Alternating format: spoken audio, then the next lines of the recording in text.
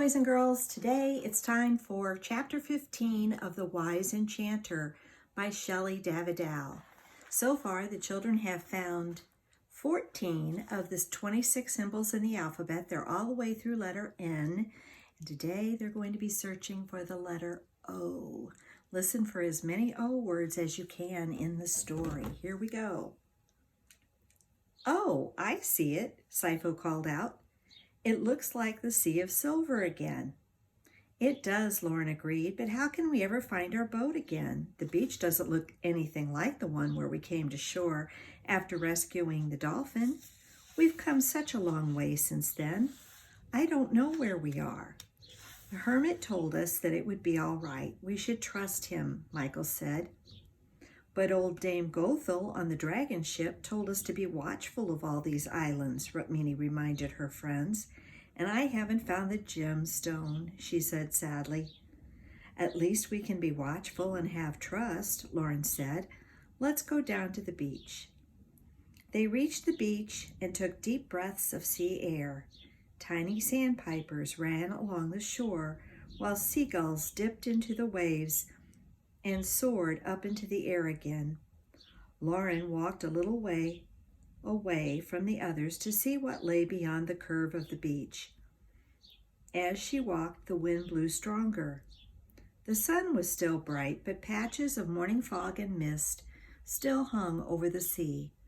Below them, the sea spread out like a silvery blue carpet. Little waves lapped at the golden shore. The children had grown accustomed to the changing weather, which was sometimes kind, and then, quite unexpectedly, so bitterly chilly that they would have to pull out their scarves and sweaters. For now the air was gentle and a little cool. Suddenly, a gust of wind stopped Lauren in her tracks. She had been about to step in a puddle of seawater when she looked up.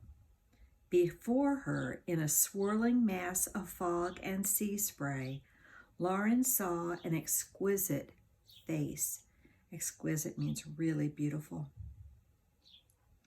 Then she saw that the swirling fog was really hair, and that the shimmering puddle before her was part of a dress. The beautiful being held something in her hands. Her arms and hands sheltered whatever she held, as though she was carrying it very carefully. "Oh," Lauren gasped, "what are you?" There was laughter like the rushing of the tide over thousands of shells. "I am Opal," said the being. "I'm returning to you what was lost." "Oh," Lauren said again, as the being held out her iridescent, almost transparent hand. Lauren looked in astonishment. Lying in Opal's palm was her lost, precious birthday gemstone. "This is yours, this opal. I could see your picture in it. It told me where to find you." Lauren remembered the name of her precious stone. It was indeed an opal. Thank you," she exclaimed. "I knew I'd see it again." The bright being Opal stretched out her hand and placed the opal into Lauren's waiting hands. "This is no ordinary opal," she said. "It was a birthday gift full of love, given to you by someone older in your family. It is your birthstone for the month of October. If you ever need to know something, look into the opal and it will reflect what you need to see.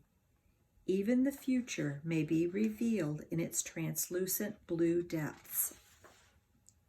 Hold it to your ear, and you will hear the whispers of wisdom from the ancient ones. For opal has been upon the earth since time began, and has known the earth since then." Lauren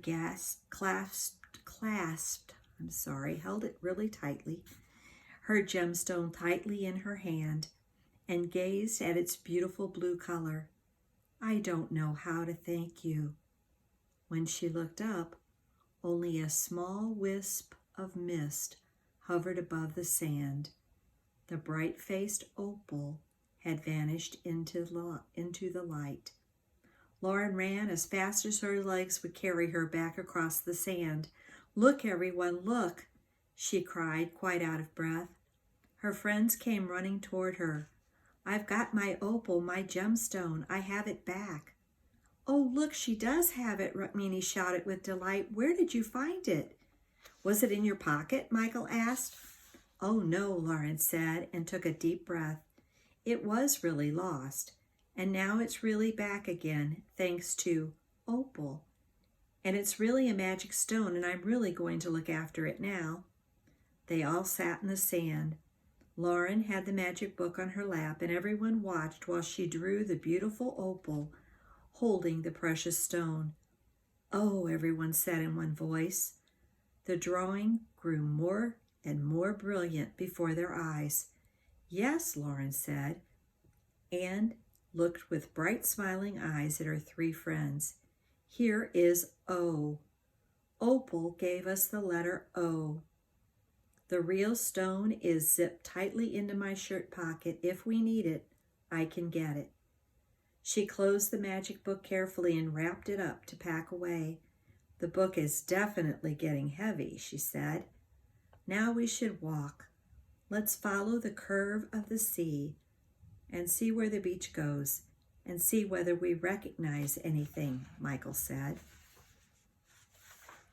Well, here is the picture that the magic book gave them, that Lauren drew, of the woman opal, whose name starts with a capital O, and the gemstone opal.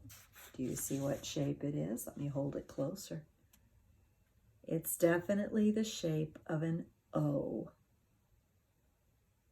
So the name opal comes from the gemstone opal. All right, I can't hardly wait to find out what they find with the letter P.